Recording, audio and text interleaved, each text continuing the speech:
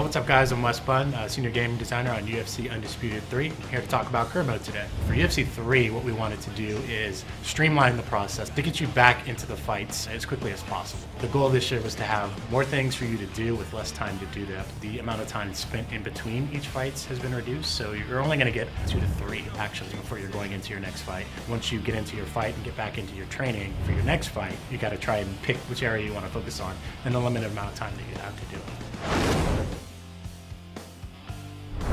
For UFC 3, we wanted to actually tie you more into the brand, into the world and culture of MMA. So all the cutscenes that we've had in the past, they're all gone. This year, we included tons of real-life footage with some of today's top UFC fighters. We call this feature the Career Live Movies feature. So when you're going through career mode and say, for example, you get your first professional win, after the fight, you'll get a short little video with some UFC fighters talking about what it was like when they got their first win, your first loss, your first title shot, the first time you were training. And there's also tons of variations of these videos, so it won't be the same each time you play through.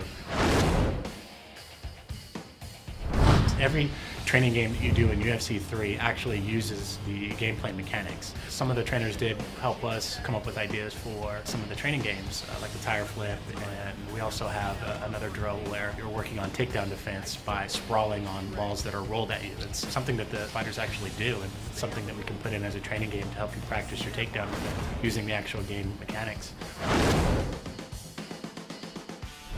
We made some changes to the way that the WFA works this year. People were asking for longer time in those developmental leagues to grow your fighter before jumping into the UFC. It's up to you when you want to leave the WFA. You're no longer forced out of the WFA and into the UFC. When you win the WFA title, you have the option to defend it. The more that you defend your title, the higher your stake rises, and that will boost your starting position in the UFC.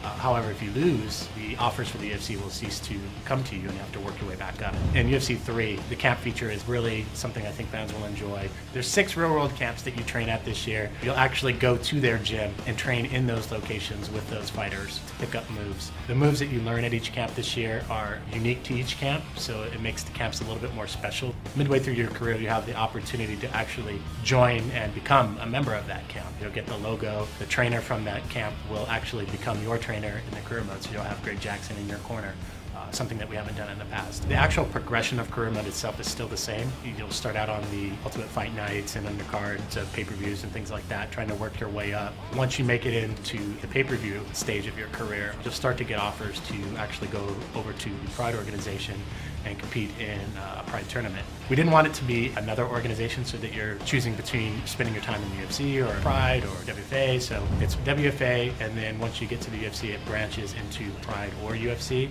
but you'll always come back to the UFC. Man, that was a brutal punch! I think one of the big things that the fans are going to love about career mode this year is the ability to play career mode with an actual roster fighter. You can use any fighter on the roster that includes Pride fighters, so you can take any Pride fighter into a career and level up their stats and give them moves and rewrite history or make history the same as it was before with that fighter. It's up to you. It's really cool because that fighter can also move up and down in weight as you're playing through the career. So you can take John Jones and move him up to heavyweight if you want. It's something the fans have been asking for, something that we wanted to do, and it's finally in UFC 3. Oh, not me!